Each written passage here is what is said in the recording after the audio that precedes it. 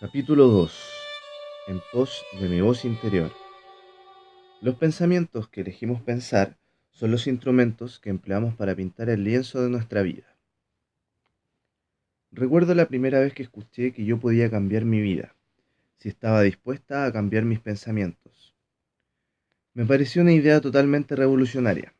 En esa época yo vivía en Nueva York y descubrí la Iglesia de la Ciencia Religiosa. A menudo se confunde la Iglesia de la Ciencia Religiosa o Ciencia de la Mente, fundada por Ernest Holmes, con la Iglesia de la Ciencia Cristiana, fundada por Mary Baker Eddy. Ambas reflejan un nuevo pensamiento, pero son filosofías distintas. La ciencia de la mente tiene pastores y miembros activos que siguen las enseñanzas de la Iglesia de la Ciencia Religiosa. Ellos fueron las primeras personas que me dijeron que mis pensamientos determinaban mi futuro. Aun cuando no entendí lo que querían decir, este concepto tocó lo que yo llamo la cuerda interior, ese lugar de intuición que solemos llamar la voz de dentro. Con los años he aprendido a seguirla, porque cuando esa cuerda suena diciendo sí, aun en el caso de que parezca una decisión loca, sé que para mí es la correcta. Así pues, esos conceptos pulsaron una cuerda en mí. Algo me dijo, sí, son correctos. Entonces comencé la aventura de aprender la forma de cambiar mis pensamientos. Una vez acepté la idea y dije sí, comencé a aprender los cómo. Leí muchísimos libros. Mi casa empezó a parecerse a las de algunos de nosotros, atestadas de libros espirituales y de autoayuda. Durante muchos años asistí a clases, investigué todo lo relacionado con el tema. Literalmente me sumergí en la filosofía del nuevo pensamiento. Era la primera vez en mi vida que estudiaba. Hasta entonces no había creído en nada. Mi madre era católica no practicante y mi padrastro ateo. No sé por qué tenía la extraña idea de que los católicos o bien usaban cilicios o eran comidos por los leones, y ninguna de las dos cosas me entusiasmaba en lo más mínimo. En realidad, me dediqué a ahondar en la ciencia de la mente porque era el camino que se abría ante mí en esos momentos, y la encontré francamente maravillosa. Al principio, me pareció más bien fácil. Capté algunos pocos conceptos y empecé a pensar y a hablar de forma un poquitín diferente.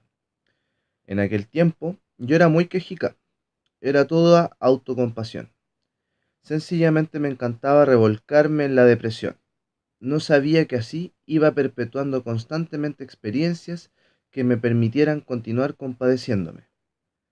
Pero claro, en ese tiempo yo no conocía nada mejor. Poco a poco fui descubriendo que ya no me quejaba tanto.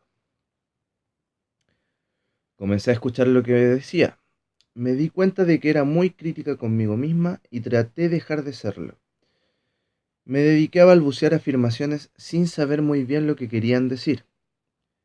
Comencé con las más fáciles, por supuesto, y empecé a notar ciertos cambios. Lograba tener luz verde en los semáforos y encontraba sitios para aparcar. Y esto me pareció fabuloso. Poco tiempo después ya pensaba que lo sabía todo y me comportaba de forma engreída, arrogante y dogmática. Creía saber todas las respuestas. Ahora, al mirar hacia atrás, pienso que esa era mi manera de sentirme segura en este nuevo camino. Suele dar miedo alejarse de las viejas y rígidas creencias, sobre todo si se ha estado totalmente controlado. Para mí era bastante espantoso, por lo cual me aferraba a cualquier cosa que me diera un poco de seguridad. Era un comienzo, todavía me quedaba mucho camino por recorrer. Y aún me queda.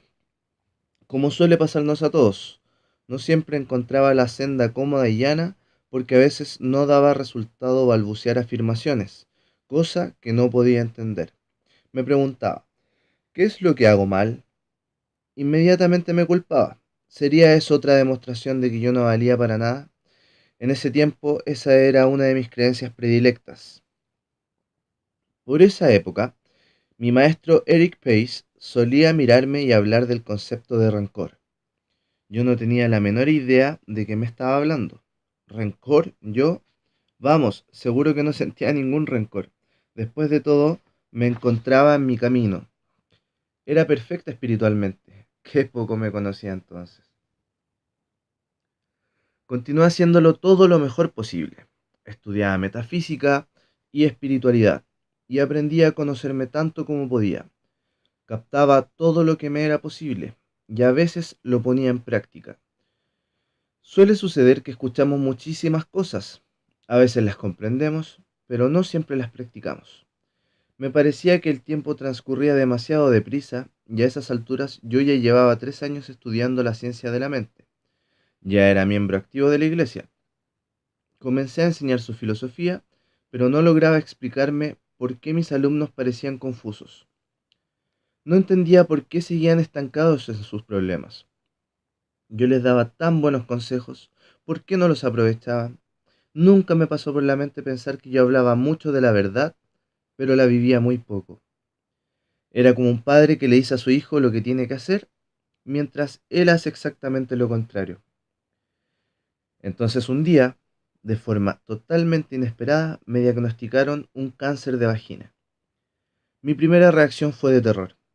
Después tuve mis dudas sobre si todo lo que estaba aprendiendo tenía algún valor. Fue una reacción normal y natural, pensé. Si estuviera tranquila y centrada, no tendría por qué haber creado la enfermedad. Ahora pienso que en el momento en que me diagnosticaron el cáncer, me sentía lo suficientemente segura para dejarlo aflorar a la superficie y no hacer de él otro secreto oculto que no sabría hasta la hora de mi muerte. Por entonces, yo ya sabía demasiado como para seguir ocultándome de mí misma. Sabía que el cáncer es un malestar provocado por resentimiento, un resentimiento que se lleva dentro tanto tiempo que acaba por carcomer el cuerpo. Cuando reprimimos las emociones en nuestro interior, éstas tienen que concentrarse en algún lugar del cuerpo. Si nos pasamos la vida enterrando cosas, finalmente se manifestarán en una u otra parte del cuerpo. Tomé conciencia de que el rencor, al que mi profesor se había referido tantas veces, que llevaba dentro, tenía que ver con haber sido maltratada física, emocional y sexualmente cuando era niña. Evidentemente, albergaba resentimiento. Estaba amargada y era implacable con el pasado. Jamás había hecho ningún ejercicio para cambiar o para liberar la amargura y dejarla atrás. Cuando me marché de casa, eso era todo lo que pude hacer para olvidar lo que me había sucedido. Creí haberlo dejado atrás, cuando en realidad sencillamente lo había enterrado. Cuando encontré mi senda metafísica, cubrí mis sentimientos con un precioso barniz de espiritualidad y escondí muchísima basura dentro de mí. Me rodeé de un muro que literalmente me impedía comunicarme con mis propios sentimientos. No sabía quién era ni dónde estaba. Después del diagnóstico, comenzó el verdadero trabajo de aprender a conocerme. Gracias a Dios, tenía instrumentos. Sabía que para conseguir cambios permanentes necesitaba entrar en mi interior. Sí, el médico me operaría y posiblemente me curaría por el momento, pero si yo no cambiaba la forma en que usaba mis pensamientos y palabras, sin duda alguna volvería a crearme la enfermedad. Siempre me ha interesado saber en qué lugar del cuerpo colocamos nuestros cánceres, en qué lado del cuerpo están nuestros tumores, el izquierdo o el derecho. El derecho es el lado masculino, de donde damos. El izquierdo es el lado femenino, la parte receptiva, de donde recibimos. Casi siempre en mi vida, cuando algo ha ido mal en mi cuerpo, siempre se trataba del lado derecho. Allí era donde se acumulaba todo el rencor que sentía mi padrastro. Ya no me satisfacían las luces verdes de los semáforos ni los sitios para aparcar. Sabía que tenía que cavar mucho, mucho más hondo. Comprendí que en realidad no hacía todos los progresos que deseaba porque no había limpiado esa vieja basura de la niñez y que no vivía realmente lo que enseñaba. Tenía que reconocer a mi niña interior y trabajar con ella. Mi niña interior necesitaba ayuda porque aún estaba sufriendo mucho. Rápidamente comencé un programa de autocuración que me tomé muy en serio. Me concentré absolutamente en mí y me despreocupé de todo lo demás. mi finalidad era ponerme bien y me entregué a ello en cuerpo y alma. Algunas de las tareas eran bastante extrañas, pero las hacía. Después de todo, se trataba de mi vida. Durante los 6 meses siguientes, esto fue un trabajo de 24 horas al día. Comencé a leer y estudiar todo lo que pude encontrar sobre formas alternativas de curar el cáncer, porque de verdad creía que se podía hacer. Seguí un régimen de limpieza, que purificara mi cuerpo de toda la porquería que había comido durante años. Me parecía que solo vivía de brotes y puré de espárragos. Claro que comía otras cosas, pero eso es lo que más recuerdo. Con mi terapeuta y profesor de la ciencia de la mente, Eric Pace, trabajé para limpiar mis pautas mentales con el fin de que el cáncer no se reprodujera. Hacía afirmaciones y visualizaciones, y seguí tratamientos espirituales para la mente. También trabajaba diariamente con el espejo. Lo que me resultaba más difícil de decir eran las palabras te amo, de verdad te amo. Me costó muchísimas lágrimas y muchos ejercicios de respiración lograrlo. Cuando lo conseguí, fue como si hubiera dado un salto cuántico. Acudí a un buen psicoterapeuta, especialista en ayudar a la gente a liberar la rabia. Durante esa época, me pasaba buenos ratos golpeando cojines y chillando. Fue maravilloso. Me parecía tan fabuloso porque jamás había tenido permiso para hacer eso en toda mi vida. No sé muy bien qué método dio resultados, tal vez un poquito de cada uno. Por encima de todo, fui verdaderamente consecuente con lo que hacía. Practicaba durante todas mis horas de vigilia. Antes de dormirme, me daba las gracias por todo lo que había hecho durante el día. Hacía la afirmación de que mi proceso de curación se realizaba en mi cuerpo mientras dormía y que a la mañana siguiente despertaría sintiéndome bien, renovada, con nuevas energías. Cuando me despertaba por la mañana, agradecía a mi cuerpo el trabajo realizado durante la noche. Afirmaba que estaba dispuesta a crecer y a aprender cada día y hacer cambios sin considerarme una mala persona. También trabajé para comprender y perdonar. Una de las formas de hacerlo fue averiguar todo lo posible sobre la infancia de mis padres. Empecé a comprender que en realidad no podrían haber hecho de manera diferente nada de lo que hicieron debido a la forma en que fueron criados. A mi padrastro lo maltrataron en su hogar, y él hizo lo mismo con sus hijos. Mi madre fue educada en la creencia de que el hombre siempre tiene razón y la mujer debe estar a su lado y dejar que haga lo que quiera. Nadie les enseñó una forma diferente de vivir, era su estilo de vida. Paso a paso, mi creciente comprensión me capacitó para comenzar el proceso del perdón. Cuanto más perdonaba a mis padres, más dispuesta me sentía a perdonarme a mí misma. Perdonarnos a nosotros mismos es tremendamente importante. Muchos hacemos a nuestro niño interior el mismo daño que nos hicieron a nuestros padres. Sencillamente continuamos maltratándolo y eso es muy triste.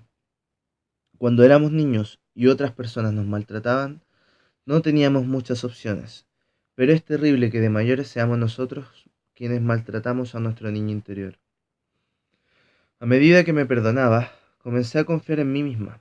Descubrí que cuando no confiamos en la vida o en los demás, lo que en realidad pasa es que no confiamos en nosotros mismos. No confiamos en nuestro yo superior para que cuide de nosotros en todas las situaciones. Y por eso decimos, nunca volveré a enamorarme porque no quiero sufrir, o nunca permitiré que esto no vuelva a suceder. Lo que realmente estamos diciéndonos es, no confío en ti lo suficiente para dejar que cuides de mí, de modo que me voy a mantener lejos de todo.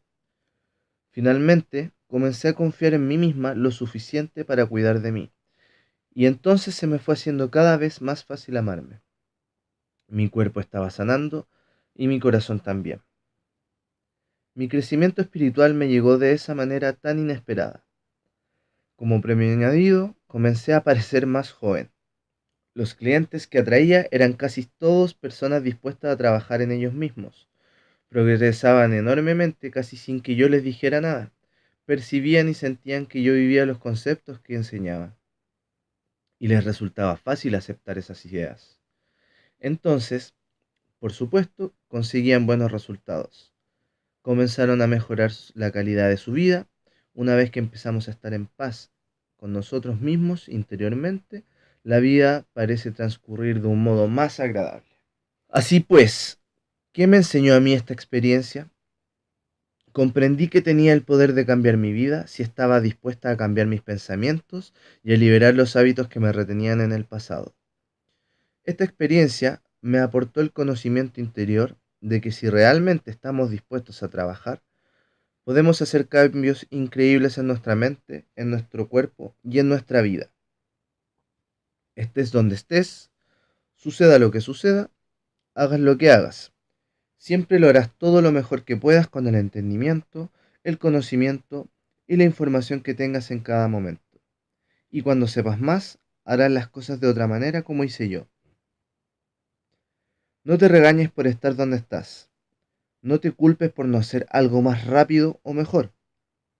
Di, lo hago lo mejor que puedo, y aunque ahora esté metido en un lío, de alguna forma saldré de él, de modo que a buscar la mejor manera de hacerlo. Si lo único que haces es decirte que eres un estúpido y que no vales nada, entonces te quedarás estancado. Para llevar a cabo todos los cambios que deseas hacer, necesitas tu propio y amoroso aliento. Los métodos que yo empleo no son míos. La mayor parte de ellos los aprendí de la ciencia de la mente, que es lo que fundamentalmente enseño. Sin embargo, estos principios son tan viejos como el tiempo. En las antiguas enseñanzas espirituales encontrarás los mismos mensajes. He recibido la preparación necesaria para ser ministro de la Iglesia de la Ciencia Religiosa. Sin embargo, no tengo iglesia. Soy un espíritu libre. Doy mis enseñanzas en lenguaje muy sencillo para que lleguen a mucha gente. Esta senda es una manera maravillosa de organizar la cabeza y de comprender verdaderamente de qué va la vida y cómo se puede usar la mente para responsabilizarse de la propia vida. Cuando comencé todo esto, hará unos 20 años, no tenía ni la más remota idea de que sería capaz de dar esperanza y ayudar a tanta gente como hago hoy. Fin del capítulo 2. El poder está dentro de ti, por Luis L. Hay. Audiolibro creado por el mago de los audiolibros. Síguenos en YouTube, dale like y suscríbete.